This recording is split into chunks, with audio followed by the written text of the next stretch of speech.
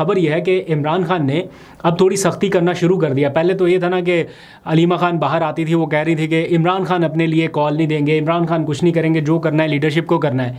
लेकिन लीडरशिप की थोड़ी सी वो क्या कहते हैं, सुस्ती कह लें, अब क्या सही वर्ड हो सकता है, मतलब थोड़ा वो टाइम ले रहे हैं इस मामले में। तो अब इमरान खान ने खुद इस पर थोड़ा सा ज़ोर देना शुरू किया और उन्होंने बल्कि पूरा शेड्यूल मांगा है कि एहतजाज का क्या शेड्यूल है, क्या तरीक़ाकार है, कब से शुरू हो रहा है और क्या क्या एक्टिविटीज़ हो रही हैं, इसकी पूरी रिपोर्ट उन्होंने मांगी है।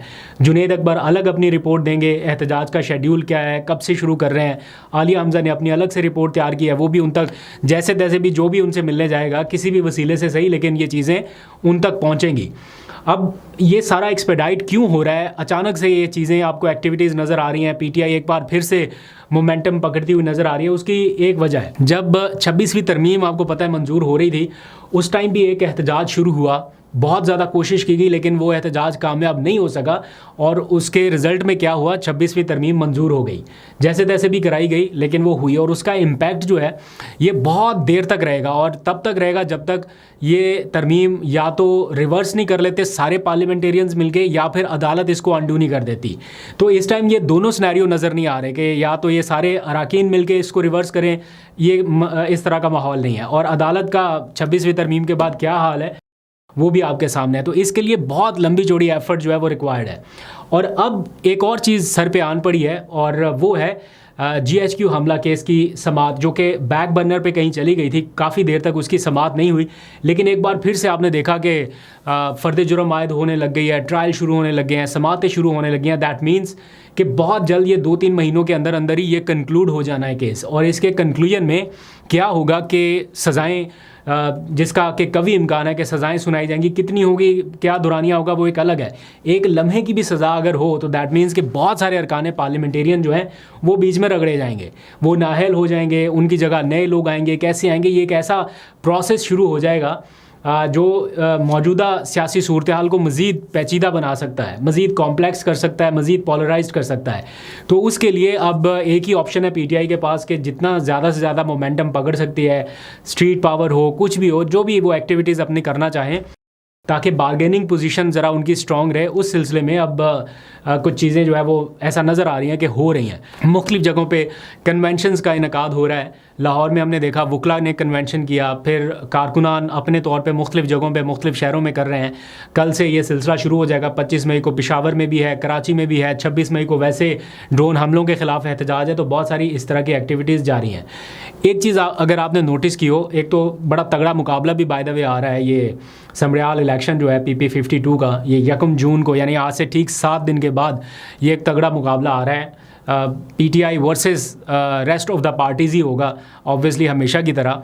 और ग्राउंड के ऊपर जो नज़र आ रही हैं, सोशल मीडिया के ऊपर जो नज़र आ रही हैं, एक्टिविटीज़ हो रही हैं, कॉर्नर मीटिंग्स हो रही हैं, रैलियां हो रही हैं, ये सिर्फ PTI का ही मंजरनामा नज़र आ रहा है।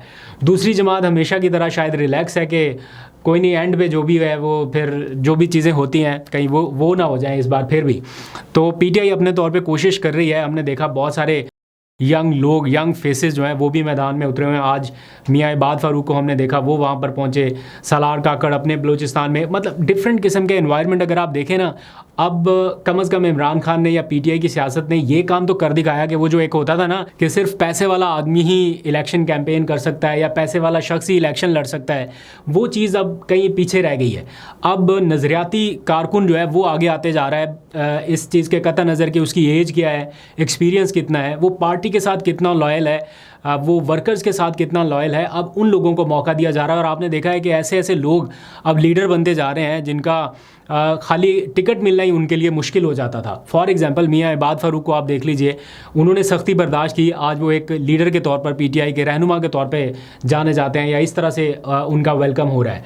फिर सालार काकड़ को अगर आप देखें तो पहले एक आम कारकुन, फिर बलूचिस्तान की सदारत मिल जाना, फिर उसके बाद सख्तियाँ बर्दाश्त करने के बाद अब और उनका एक ऑरा नज़र आ रहा है पीटीआई में, और लोग उनको लीडर की हैसियत से देख रहे हैं अब। तो जिस तरह से उनका वापस बलूचिस्तान पहुंचने पर इस्तकबाल किया गया, वो मनाजर भी आपके सामने है। इसी तरह सदाम तरीन हो जाए, मुबशर अवान हो जाए। भाई मुबशर अवान सियालकोट में है, पीटीआई के वकील भी हैं, आपने आज उनकी रैली देखी होगी।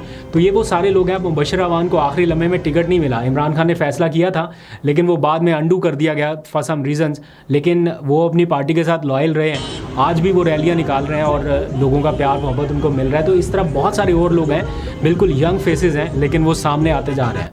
तो ये मिथ जो थी ना, इमरान खान ने कम से कम वो ख़त्म कर दी कि सरमाया चाहिए, पैसा चाहिए और कोई बहुत बड़ी गाड़ियों का लाव लश्कर चाहिए, तब जाके आप इलेक्शन की रेस में आ सकते हैं। अब तो आम कारकुन भी इस रेस में शामिल हो गया है। तो जनाब, आज इबाद फ़ारूक साहब ने तो नारा लगा दिया अपनी इस इलेक्शन कैंपेन में, जो PP52 की इलेक्शन कैंपेन के लिए आए हैं। वो कह रहे हैं एक ही मकसद है, एक ही नारा, बाहर निकालो खान हमारा। ये उन्होंने नारा इंट्रोड्यूस कराया है। एक ही मकसद, एक ही नारा, बाहर निकालो खान हमारा। एक ही मकसद, एक ही नारा, बाहर निकालो खान हमारा। अब देखते हैं कि ये नारा किस हद तक मकबूल होता है। मीनवाइल इमरान खान ने जिस तरह से बाहर निकलना है अदालतों के ज़रिए, वहाँ से क्या अपडेट्स आ रही हैं। प्रेशर तो बहुत डाला गया, पूरा एक एहतजाज लॉन्च कर दिया गया इस्लामाबाद हाई कोर्ट के बाहर। चीफ जस्टिस से मुलाकात भी हो गई और ये यकीन दहानी कराई गई कि इमरान खान की ज़मानत का या सज़ा मअतली का जो मामला है वो इसी हफ्ते में हम फिक्स कर देंगे, यानी उसकी समाअत होगी। अब PTI बड़ी होपफुल है कि जैसे ही उसकी समाअत होगी तो डेफिनेटली उनको कोई ना कोई रिलीफ मिलेगा, उनकी सज़ा मुअत्तल होने के कभी इम्कानात मौजूद हैं।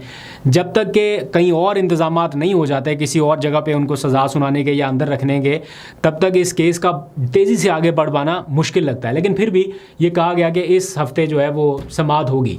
अब PTI के जो लॉयर्स हैं उन्होंने आज की ताज़ा अपडेट, जब मैं ये व्लॉग रिकॉर्ड कर रहा हूँ तो इस वक्त की अपडेट ये है कि अगले हफ्ते का जो कॉज लिस्ट है वो जारी कर दी गई है और इमरान खान का केस उसमें शामिल नहीं है। यानी वकला के साथ मुलाकात में चीफ जस्टिस की जानिब से ये यकीन दहानी कराई गई थी 2 दिन पहले कि इस हफ्ते में जो कॉज लिस्ट जारी होगी या जो भी होगा मामला, उसमें उनका केस आ जाएगा। लेकिन अभी तक की जो कॉज लिस्ट जारी हुई है उसमें तो उनका केस नज़र नहीं आया। हो सकता है किसी और तरीके से आउट ऑफ द टर्न उनका केस सामने आ जाए कल या परसों, वो फिर आपको अपडेट कर देंगे, लेकिन अभी तक नहीं आया। अब आ जाइए ज़रा, एक इंटरेस्टिंग अपडेट मैंने आपको बतानी। ये बहुत सारे जो मुकदमात इमरान खान के एक लाइन में चल रहे हैं, कोई कहता है 170 हैं, कोई कहता है 200 हैं, इस बहस को भी छोड़ दें कि कितने हैं, लेकिन ये कोई दर्जनों के करीब मुकदमात ये अलग है, ये तो चल ही रहे हैं ना साथ साथ। कोई जज धमकी केस चल रहा है, कहीं पे कोई धरना मार्च का कोई केस चल रहा है, कहीं पे कोई तोड़ फोड़ का केस चल रहा है, कोई पुराने केसेस हैं, कोई नए हैं, मिला मिलू के बहुत सारे हैं। अब एक और केस भी बहुत तेज़ी से एक्सपेडाइट होने लग गया है और मैं इसको नोटिस कर रहा हूँ, ये बहुत तेज़ी से आगे बढ़ रहा है। शायद लोग इसको इतना ज़्यादा वो नहीं तवज्जो दे रहे हैं या लाइमलाइट में नहीं है, बट ये आप देखिएगा किसी टाइम पे ये अचानक से हेडलाइंस बनाएगा ये केस। और वो है इमरान खान के ख़िलाफ़ शहबाज शरीफ के 10 अरब रुपए हर जाने का केस। इसकी तफसील हम बाद में किसी वक्त डिस्कस कर लेंगे, लेकिन आजकल क्या हो रहा है कि शहबाज शरीफ साहब जो हैं वो वीडियो लिंक के ज़रिए अदालत के रूबरू पेश हो रहे हैं। कुछ दिनों पहले भी पेश हुए थे, आज फिर वो पेश हुए हैं और इमरान खान के लगाए गए कुछ इल्ज़ामात के जवाब में उन्होंने 10 अरब रुपए हर जाने का नोटिस भेजा था। अमूमन इस तरह के केसेस अदालतों में बहुत लंबे चलते हैं और इतना ज़्यादा वो नहीं होता। और बीइंग अ प्राइम मिनिस्टर उनकी इतनी मसरूफियात के बावजूद वो अदालत के रूबरू वीडियो लिंक के ज़रिए पेश हो रहे हैं, अपना जवाब जमा करा रहे हैं। तो लग ये रहा है कि शायद किसी लम्हे में उनके इस केस का कोई फ़ैसला ना सुना दिया जाए और फ़ैसले की सूरत में इमरान खान पर अगर 10 अरब रुपए या 5 अरब या 1 अरब रुपए हर जाने का भी वो कर देते हैं कि ठीक है जनाब आप हर जाना देने के पाबंद हैं शहबाज शरीफ को, तो ये एक बड़ी खबर होगी या बड़ी डेवलपमेंट होगी। तो मुझे लगता है कि जिस तरह शहबाज शरीफ साहब अदालत के रूबरू हर दूसरे तीसरे दिन पेश हो रहे हैं, हर पेशी पे आ रहे हैं, पूरा टाइम निकाल रहे हैं, तो लगता है कि वो इस केस को मंतकी अंजाम तक पहुंचाना चाहते हैं।